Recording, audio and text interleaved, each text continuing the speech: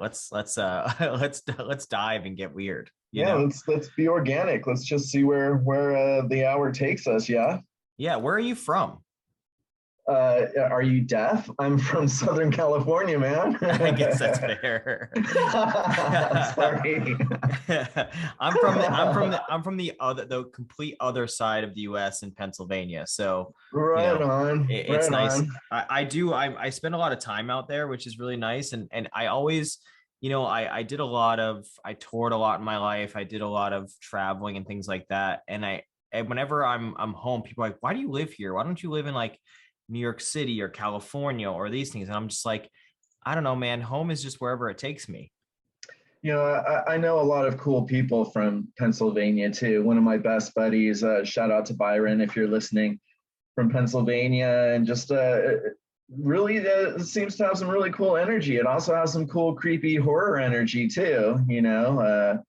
What is it, Toad Road, and some of the other creepy pastas and urban legends specific to the area. So I could see why a horror dude like yourself might be drawn there.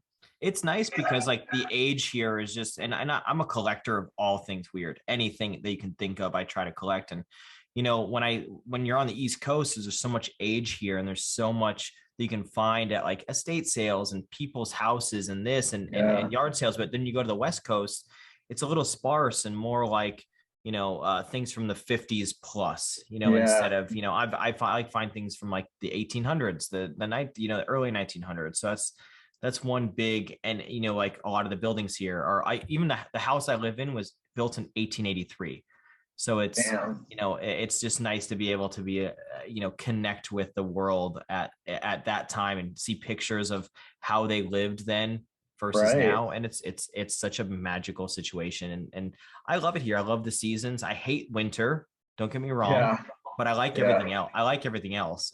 Well, you really nailed it. I mean, one of the problems with Los Angeles, besides the fact that it's just constantly being renovated all the time, but you're right that it doesn't have this history that goes back, much more than, a century, I think, if you get down to brass tacks, but, nothing like the city we know today. There are these wonderful cities on the East Coast, and then you go to Europe and there are, 1,000-year-old cities and things like that that just really boggle the mind. But I think that has to do with, the kind of creepiness of it too. I think something has to have stood for a certain amount of time in order for it to really feel haunted, in order to really get those like intergenerational echoes and things like that.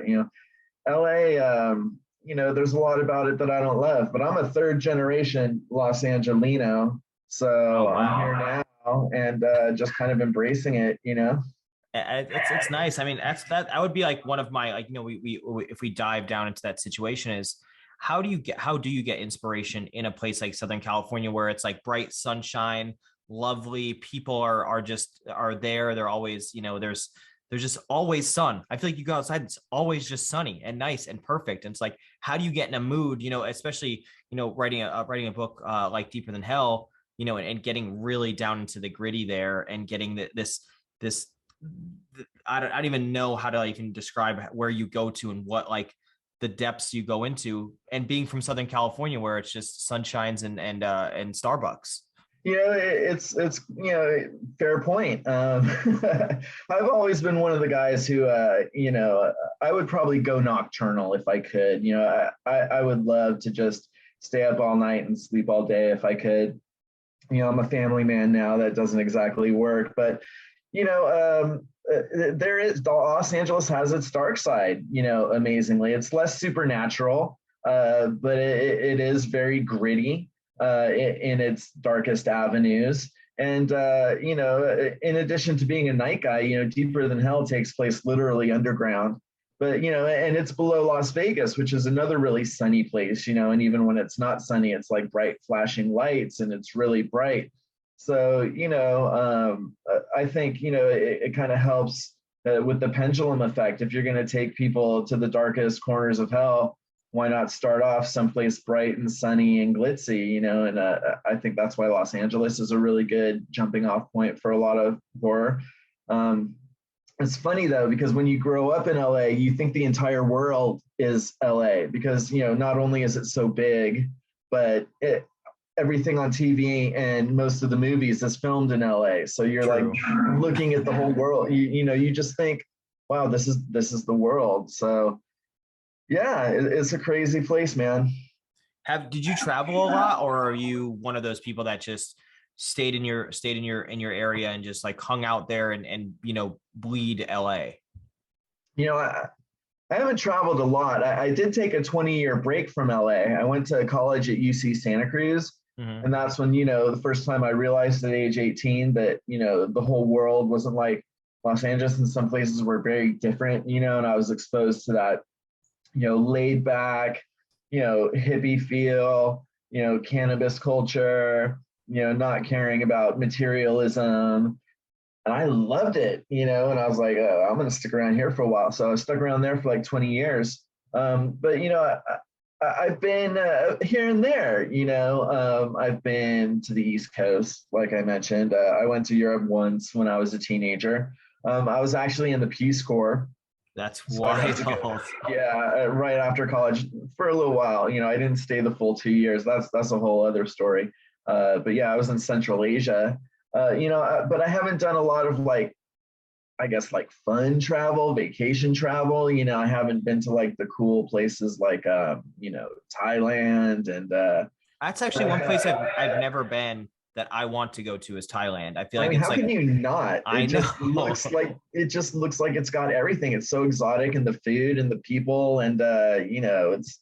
But that's another place where they've got like the bright beaches and kind of like the sinister nightlife in the dark corners. Thailand's a beautiful and scary place as well, I guess that's from like what it, I've seen. yeah, honestly. I think that's kind of like everything is honestly smoke and mirrors when you come down to it. It's everything seems like it's shiny on the surface. Like you say, movies, they look like in LA, they look beautiful. And you go to LA and you stay, like you hang out in the strip and it's beautiful during the day. And you go in your hotel at night, you don't see anything, you don't see any of the people straggling on the street and things like that. You kind of ignore those things because you're in a metaphor of life and in this whole like bubble inside yourself. So it makes sense because there is a lot of like seedy things going on in LA, a Yeah, lot I of mean, seedy things. you kind of nailed it too. Like if you go to like Hollywood and Vine, that's with all the stars. That's like the kind of like a romanticized image. You can see the Capitol building, that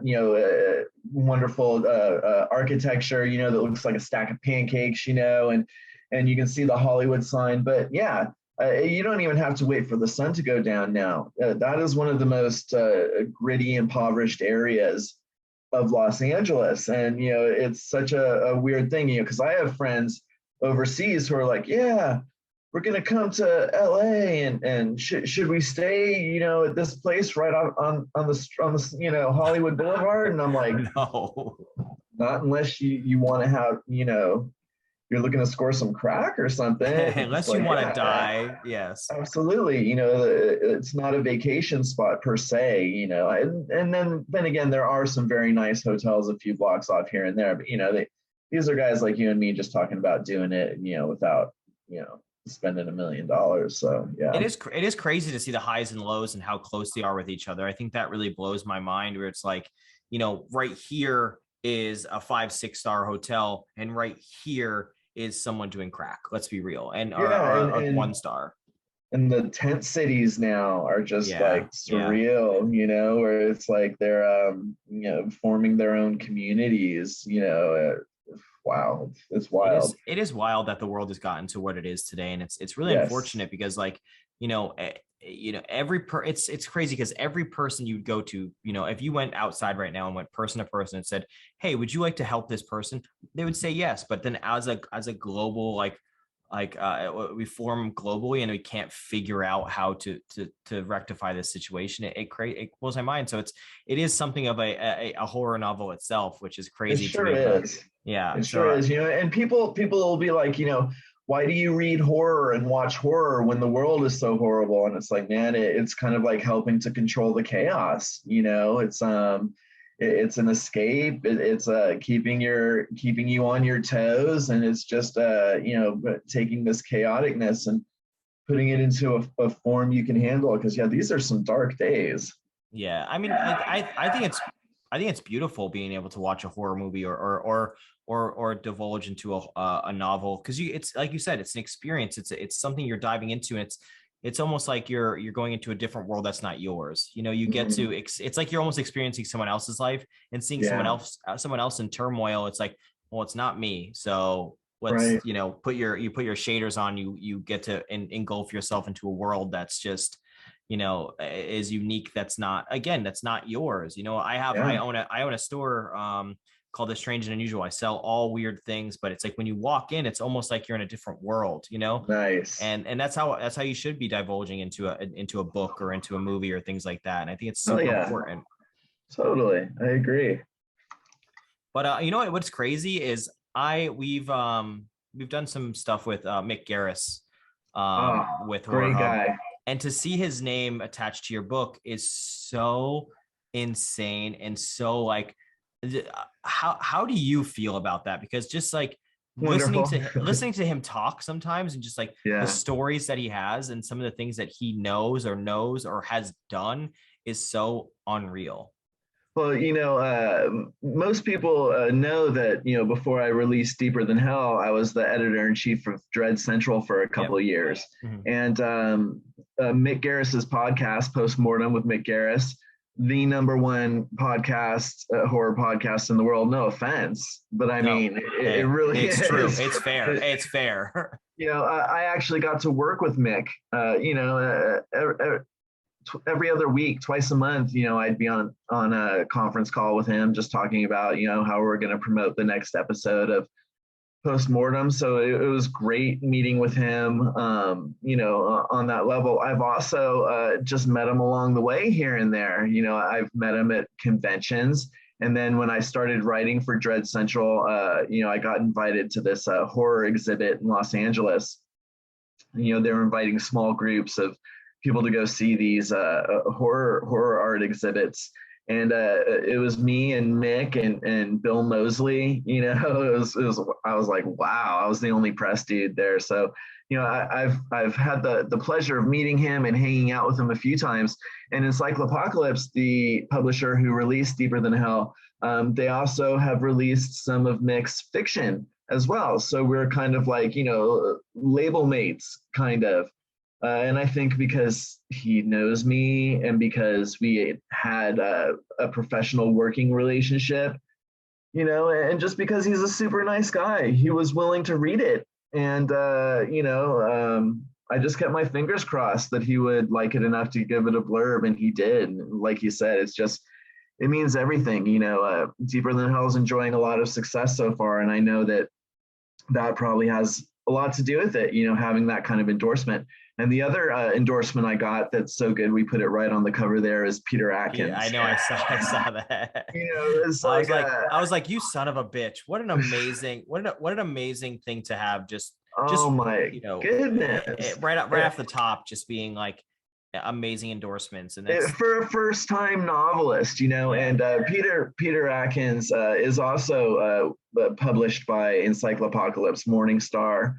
And they did an audiobook of that with Doug Bradley, the actor who plays Pinhead. Yep. For your listeners who might not know, Peter Atkins wrote the screenplays for Hellraisers 2 through 4. Was a collaborator of Clive Barker originally, has roots with that guy. And Deeper Than Hell, if you've read it, you know that it's obviously very inspired by Clive Barker, and I wear that on my sleeve. And it's fair. I mean, what an intelligent human being. I've loved that Doug has become one of my friends. We work with him a lot, and he's a great guy. To hear him talk about Clive and talk about everybody that was involved in that world, and then post that world, talking about how amazing that world. I come from more of a music world, and I've always loved horror, but now divulging into the horror world and meeting some of these people like Mick Garris, like Doug Bradley, Lena Quigley, and that whole world is just, it's the same thing. Music and horror are like, they go hand in hand, and it's so wonderful to see that these people are such. I remember just Doug and his wife were in the at a convention in a green room, and they're just like, hey, come in here, come have some pasta, come, because they're like very like motherly, fatherly. Oh yeah. They're like, and I come in there and they're like, guess what? And then all you see is, Robert Englund walks in and just sits down and has this long conversation. I'm just like, oh my God. Nice. I have a giant Robert Englund tattoo, or a Freddy tattoo on my leg. And I was like, do I pull down my pants right now and show him this giant tattoo?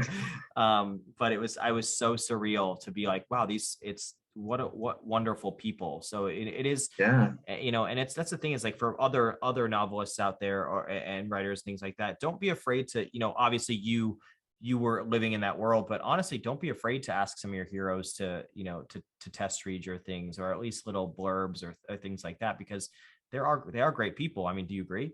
Yeah, no, absolutely. And that circle you were mentioning, years ago, I met Nicholas Vince and Simon Bamford and Barbie Wilde and Doug Bradley. They were all at the same convention, one of the very first Monsterpalooza conventions, back when they still held it in Burbank, basically right across the street from the airport there. I got to meet them all, and I was just starting out as a journalist and a blogger, and they were all just really nice and open with me and stuff like that. And Nicholas Vince, he plays Chatterer Cenobite. That's who all these actors are that I'm mentioning. Barbie Wilde plays a female Cenobite in Hellbound, and Simon Bamford's the Butterball. Really one of the most intriguing Cenobites to me for some reason. Anyway, Nicholas Vince does this whole one-man play about monsters, and it talks about his connection with Clive Barker and things like that. And I actually got to see him do this one-man play in front of Clive Barker. It was at Shockfest right before the pandemic. And, Clive Barker was being honored with a prestigious award, and he was actually out there. And, to tell you the truth, I was in too much awe. I couldn't even really approach him. It was like everyone wanted to talk to him, and I didn't want to be just another everyone, and it was almost like I respected him too much to get up in his space, knowing that, his time. If it'll happen, it'll happen organically. Yeah. Well, I mean, it's like I do feel like I am becoming part of that world, because Mark Miller, who runs Encyclopocalypse, founder, CEO of Encyclopocalypse, he ran Clive Barker's literary imprint, Seraphin, for a number of years. So there's that, connection there. And, if you have a copy of my book, I mentioned inspired by Clive Barker right on the back there. It says inspired by the works of Clive Barker and William Burroughs. It's like, I love that you embrace that so much. I think it means a lot, because it's you're a child of that world. So why? Totally. There's nothing wrong with when making music, I was inspired by this and this, and for them to, if I saw inspired by Clive Barker, the first thing I do is go, I guess I'll read this. I love Clive. Yeah. So it makes, and then to see Peter on there. And also Mick, I'd be like, well, this guy. I was like, I'm so lucky. So now, let's dive down a little bit. Tell us more about, where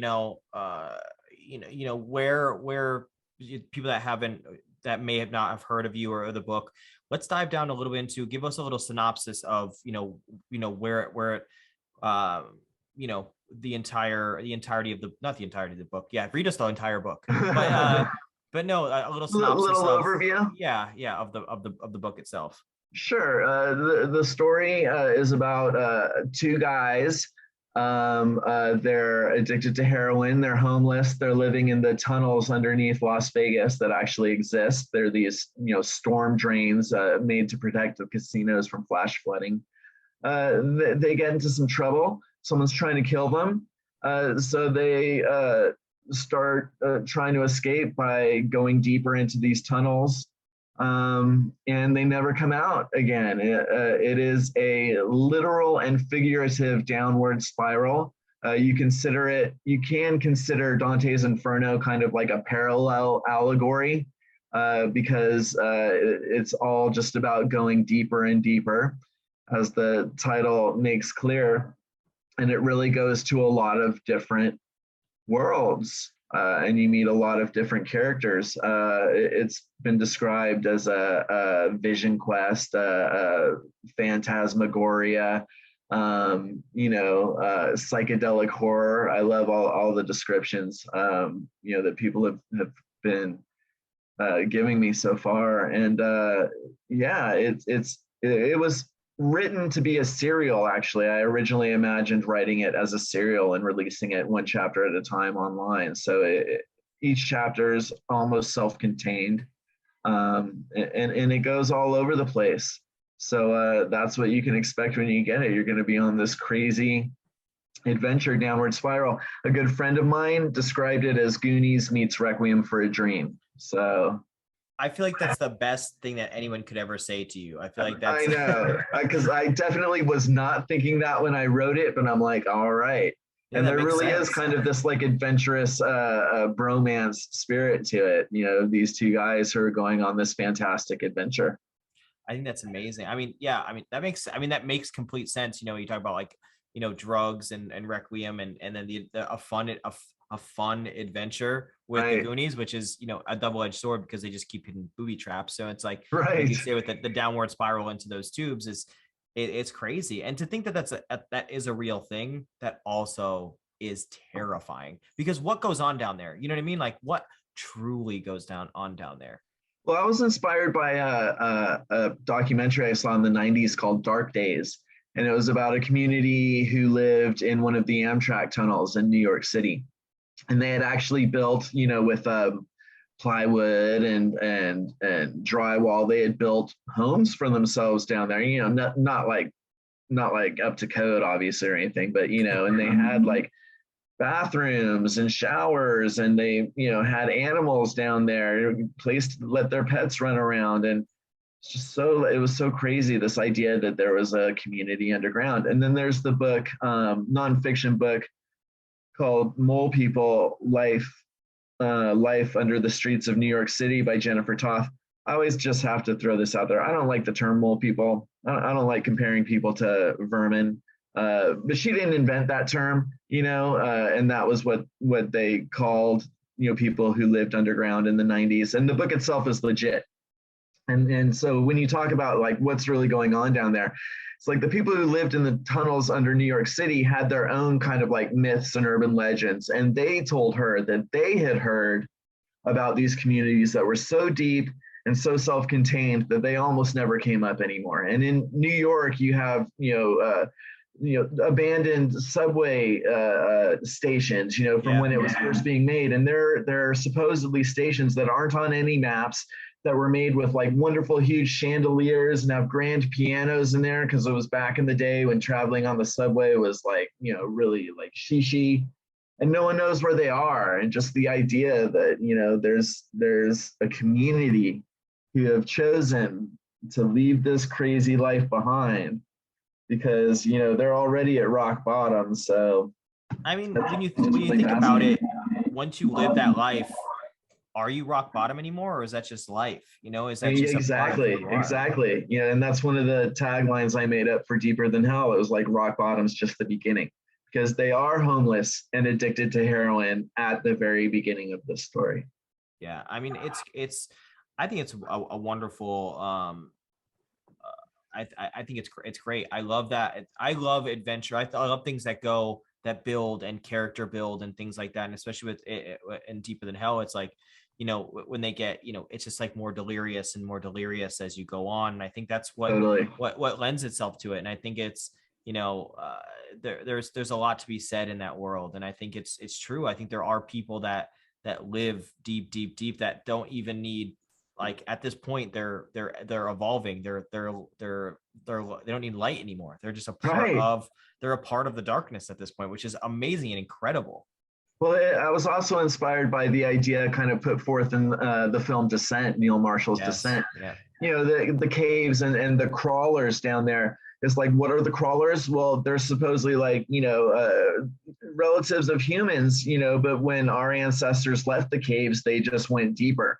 And that's an idea that one of the characters in my book is really kind of obsessed with too, like the idea that there are pockets of society, they were cults or they were outcasts or something, and they literally went underground to find their peace and to find their safety and to escape the madness of the world above. And he just postulates that they're still down there somewhere, and that's an idea I explore too. Where do you see this series, this book, where do you see it going? Like, where, I know it's been released for like 10 seconds, I know that, right. But I know in your head you're already 5 steps ahead. Where do you see it going? Well, first of all, you say series. I'd love to make this a series. If people want more, I will absolutely write more. I've got a few projects I'm working on right now, so it wouldn't be right away, but I would love to write a couple more chapter, or not chapters, make Deeper Than Hell a series. That would be great. And if the people want it, I'm going to give it to them, so kind of show me you want it by buying the book and giving it great reviews on Amazon. That'll really help make that happen.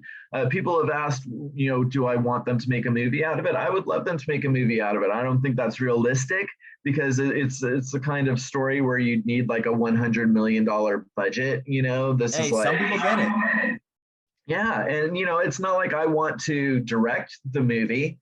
I'd like to be a consultant, but yeah, I would love to have it be made into a movie. Something I think that's more likely, and that might also just be a stepping stone to that end, is I really think that my novel would make a great graphic novel. And I would love to see some talented graphic novelists interpret the works I've done. I'd love to, even before that, I'd love to see some fan art of how people imagine these characters that I've written about, to see how they stack up to the images I have in my head. I'd love to see that happen as well, but how do you feel about adapting books to movies and things like that? Are you just, you think it's beautiful? Do you liked how they depict it? I know obviously some are way better than others. Well, I tell you, it's like everyone who, if you read a book first, you're going to see a movie and you're going to hate the movie, right? People read The Shining and then they saw The Shining and they're up in arms, but people who never read The Shining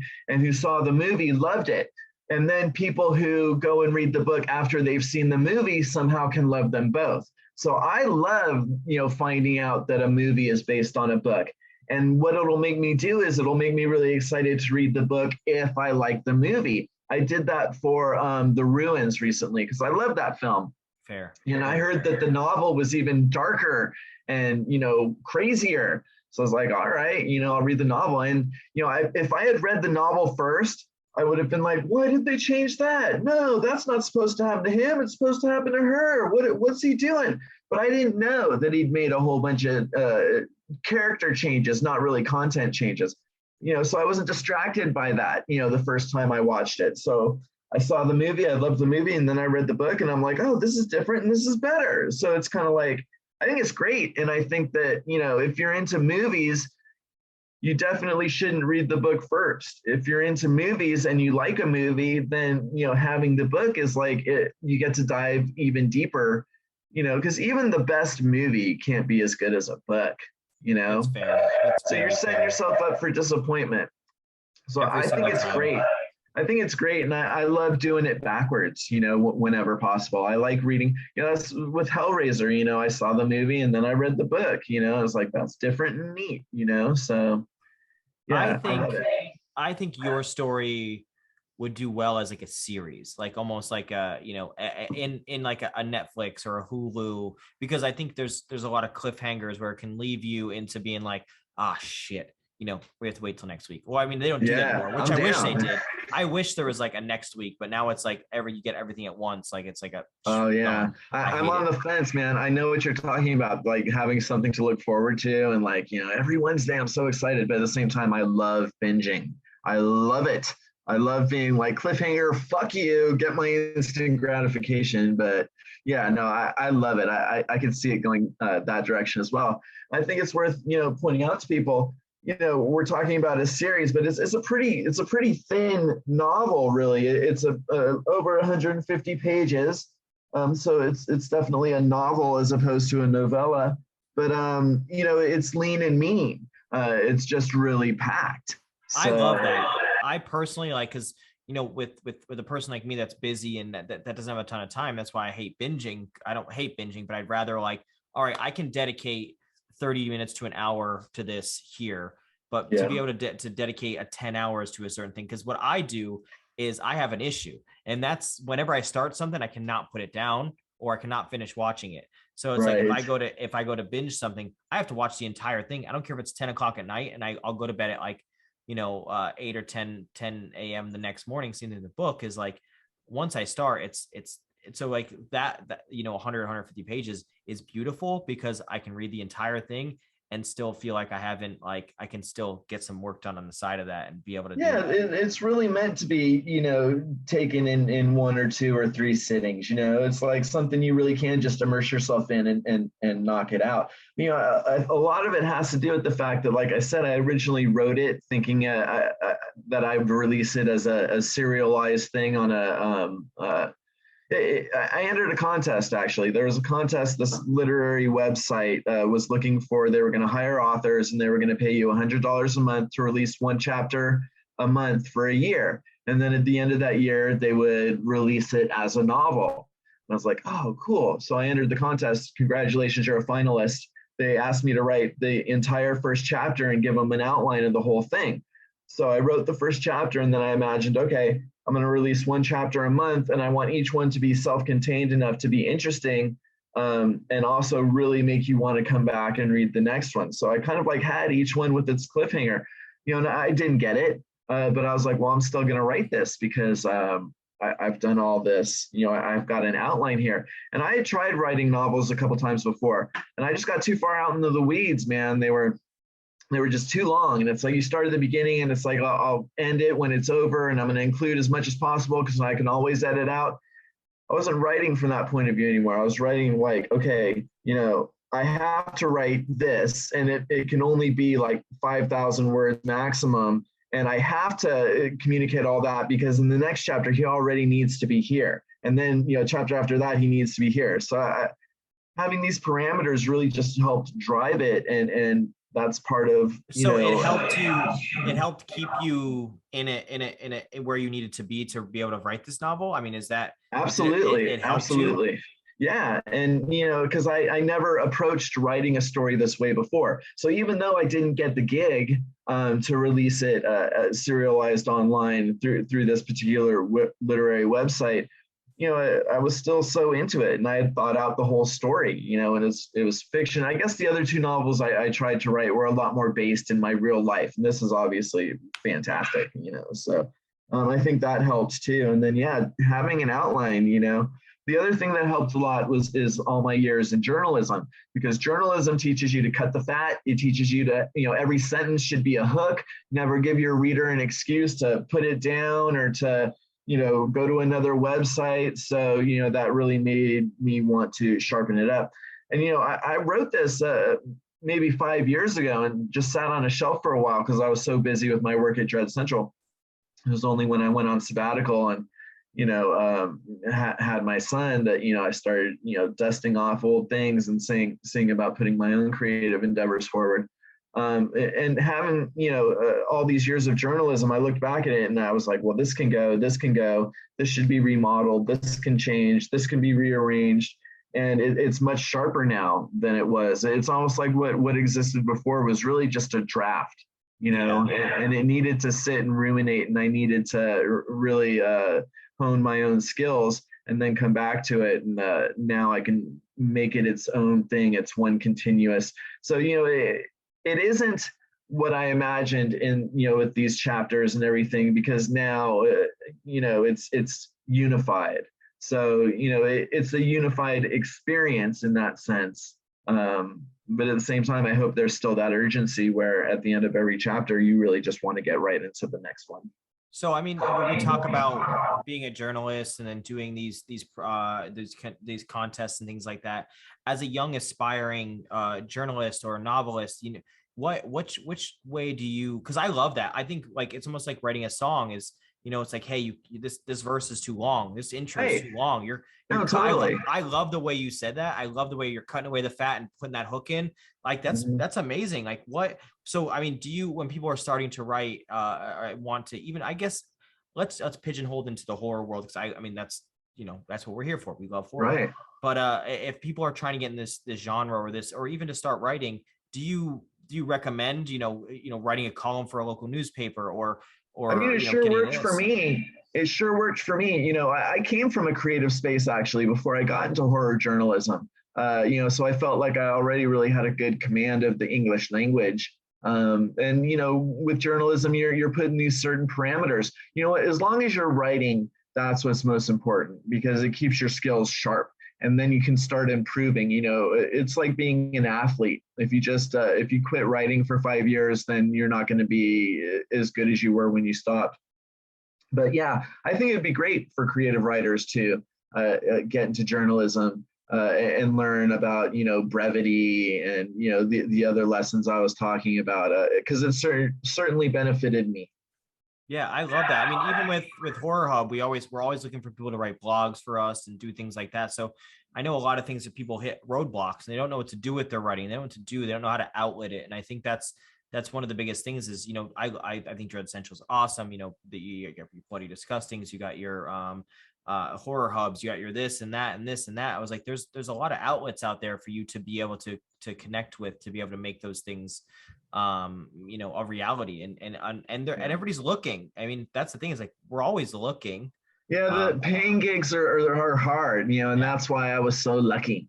I really blessed, to be able to make a living as a horror writer, a horror journalist, because maybe there are like a couple dozen of us in America, who can sit back and go, yeah, I don't have a day job because maybe a few dozen, but none of us maybe. were rich, and none of us are rich though. Yeah, That's the thing too. It's not a glamorous.